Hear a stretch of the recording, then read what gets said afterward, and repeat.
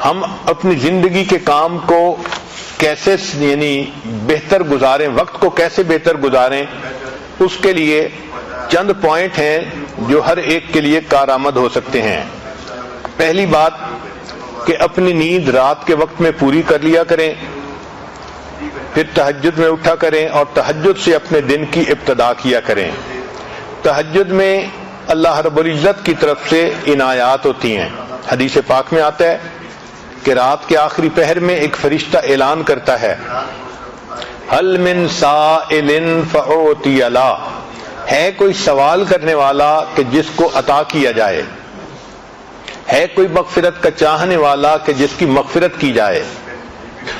تو جب اللہ رب العزت کی طرف سے اعلان ہو رہا ہے، ہمیں چاہیے کہ ہم اس وقت جھولیاں پھیلایا کریں اور اللہ سے مانگا کریں۔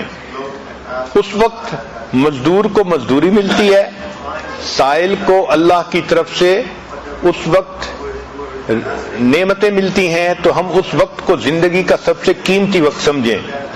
چنانچہ ہمارے دن کی ابتدا تہجد سے ہونی چاہیے، اس وقت کو کبھی مس نہ کریں۔ کوشش یہی ہو کہ ہر رات میں تہجد کی توفیق نصیب ہو جائے، جتنے بھی تھکے ہوئے ہوں تہجد میں اللہ کے سامنے جھولیاں پھیلا کر بیٹھیں تاکہ ہمیں اللہ کی طرف سے روزینہ نصیب ہو جائے۔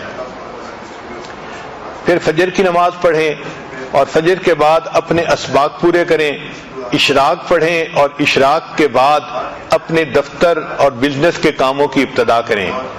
حدیث پاک میں نبی اللہ تعالیٰ فرماتے ہیں، اے میرے بندے، دن کے شروع میں تو 4 رکعت پڑھ لیا کر، میں سارا دن تیرے کاموں میں تیری مدد کروں گا، تیری کفایت کروں گا۔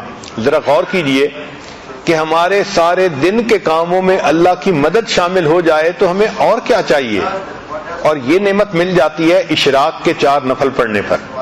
اور اشراق کی نماز ہوتی ہے جب سورج طلوع ہوتا ہے، تقریباً 20 منٹ کے بعد انسان 4 رکعت پڑھ سکتا ہے۔ تو دن کے شروع میں یہ 4 رکعت پڑھ لیا کریں تاکہ ہمارے دن کے ہر کام میں اللہ کی مدد ہو۔ عورت ہمیشہ یہ چاہتی ہے کہ جی میرے کام میں میرا تعاون کرنے والا کوئی نہیں، میں اکیلی ہوں، میں گھر میں ایک ہی ہوں۔ بھائی آپ اللہ کو اپنا تعاون کرنے والا بنا لیجئے، دن میں اشراق کی نماز پڑھنے پہ اللہ تعالیٰ آپ کے کاموں میں آپ کے کفیل بن جائیں گے، آپ کی کفایت کریں گے۔ پھر دوسری بات یہ کہ ہم جو کام بھی کرنے لگیں تو اس کا جو اینڈ ریزلٹ ہے اس کو ہمیشہ ذہن میں رکھیں کہ ہم نے کس چیز کو اچیو کرنا ہے تاکہ ہم اس کام کو مکمل کر سکیں۔ ایک تیسرا پوائنٹ کہ جو اچھی عورتیں ہوتی ہیں وہ اپنے کام کو پریورٹائز کرتی ہیں، یعنی اس میں جو پریورٹی ہے وہ دیتی ہیں، اہم کام کون سا ہے، کس کو پہلے کرنا ہے۔ اگر ہم اہم کام کو پہلے کرنے کی بجائے بس اپنی ترتیب سے ہی ہر کام کرتے رہیں گے تو ہم کم کام کر پائیں گے۔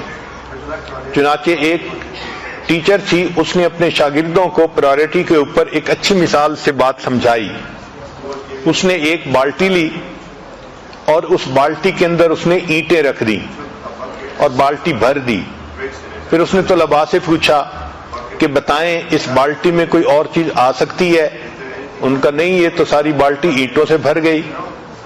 اب اس نے چھوٹے چھوٹے کنکر لیے اور جو اینٹوں کے درمیان جگہ تھی اس میں کنکر ڈال دیے۔ اس نے کہا دیکھو آپ تو کہہ رہے تھے کہ جگہ نہیں، اس میں تو اتنی جگہ تھی کہ کنکر بھی آ گئے، اب بتاؤ کوئی جگہ ہے؟ ان کا نہیں، اس میں تو اب کوئی بھی جگہ باقی نہیں۔